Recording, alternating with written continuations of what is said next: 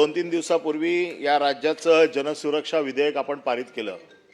जनसुरक्षा विधेयक पारित करताना या जनतेच्या सुरक्षतेच्या विषयी फार मोठी भाषणं केली गेली। प्रवीण दरेकरांनी तर 2.5 तास किल्ला लढवून जनसुरक्षा बिल कसं आहे, चांगलं आहे आणि जनतेची सुरक्षा कशी करू याच्या बाबतीतले इथे सगळे सविस्तर मांडणी केली। आमचं म्हणणं आहे जनतेची सुरक्षा तर ठेवा बाजूला, पहिलं मंत्र्यांची सुरक्षा करा। कारण एक व्हिडिओ ही चड्डी बनियन गँग किंवा चड्डी टॉवेल गँग चे व्हिडिओ महाराष्ट्रात फिरतायत आणि या गँगचे व्हिडिओ एखाद्या मंत्र्याच्या बेडरूम मध्ये असलेले व्हिडिओ बाहेर येत आहेत। आपण विचार करा की महाराष्ट्राच्या या मंत्रिमंडळाचा किती नाचक्की होते की बेडरूम मधले व्हिडिओ बाहेर येत आहेत, मंत्री सुरक्षित नाहीयेत।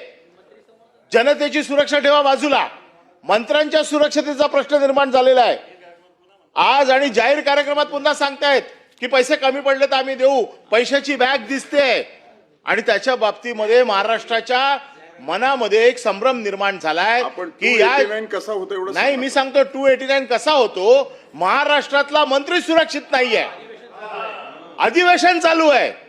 जर महाराष्ट्रातला मंत्री सुरक्षा नाहीये आणि इथे जनसुरक्षा विधेयक आणलं जात आहे तर महाराष्ट्राच्या मंत्र्याच्या सुरक्षतेसाठी आणि त्याच्या बाबतीमध्ये पैशाची बॅग दिसते ज्याच्यावरती इन्कम टॅक्सची नोटीस आहे तरी देखील धीट मंत्री पैशाच्या बॅगा घरात ठेवत आहे आणि अगदीच काय नाही तो अहो सरकारतर्फे 2-2 कपडे तर द्या, सगळे उघडे फिरतायत।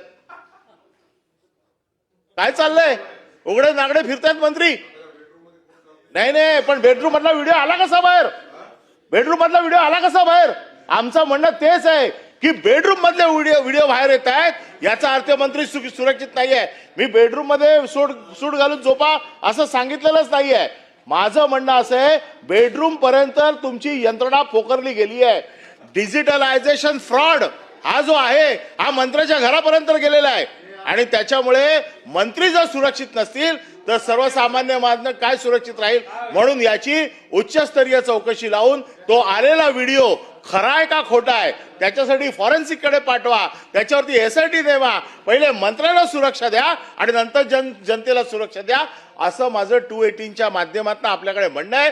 याच्यावरती माझी इच्छा आहे की आपण सविस्तर चर्चा घ्यावी, 2.5 तासाची चर्चा ठेवा मंत्र्यांच्या सुरक्षेसाठी। त्याचं कारण असं आहे मंत्री जर सुरक्षित नसतील तर सर्वसामान्य जनता काय सुरक्षित राहणार आणि म्हणून मंत्र्यांच्या सुरक्षेसाठी आपण कुठल्या नियमाखाली हा विषय घेणार आहे याचं रुलिंग आपण द्यावं।